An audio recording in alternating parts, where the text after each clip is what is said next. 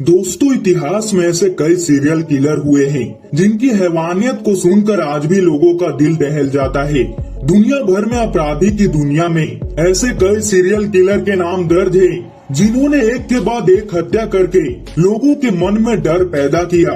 18वीं सदी में हिंदुस्तान में एक ऐसा ही सीरियल किलर था जिसके बारे में कहा जाता है कि उसने सीरियल किलिंग का वर्ल्ड रिकॉर्ड भी बनाया था। भारत के सबसे खतरनाक सीरियल किलर का नाम है ठग बहराम, जिसे किंग ऑफ ठग भी कहा जाता है।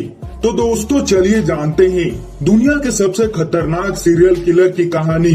आखिर कैसे इस सीरियल किलर ने एक रुमाल से सैकड़ों लोगों का हत्या किया।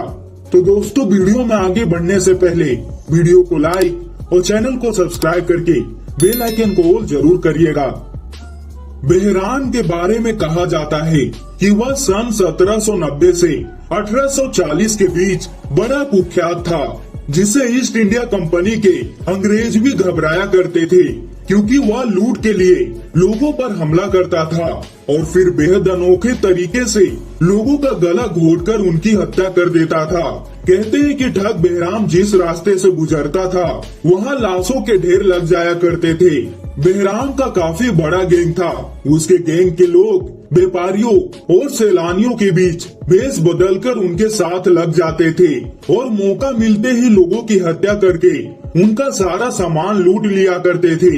ईस्ट इंडिया कंपनी के एक अफसर जेम्स पेटोन ने भी लिखा है कि बहराम ने अपनी पूरी जिंदगी में 930 से ज्यादा लोगों की हत्या की थी और उसने इन हत्याओं का जुर्म भी कबूला था। जेम्स पेटोन के मुताबिक बहराम अपने साथ एक पीला रुमाल रखा करता था और उसी रुमाल से गला घोटकर उसने 900 से ज्यादा लोगों को मौत के घाट उतार दिया था और उसके इस खतरनाक जुर्म के लिए उसका नाम Guinness book of world record में भी दर्ज है।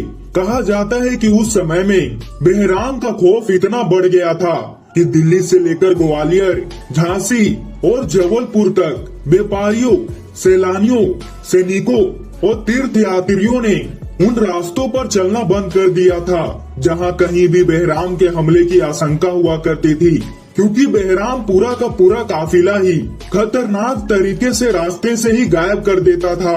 और हैरानी की बात ये थी कि पुलिस को उनकी लाश भी नहीं मिलती थी। कहते हैं कि ठग एक खास भाषा में बात किया करते थे जो किसी के पल्ले नहीं पड़ती थी। इस भाषा को समझने की ब्रिटिश जासूसों ने बहुत कोशिश की, लेकिन कुछ समझ नहीं पाए। बहराम के गैंग के ठग जिस खास भाषा में बातचीत करते थे उसे रामोसी कहा जाता था। रामोसी एक सांकेतिक भाषा होती थी।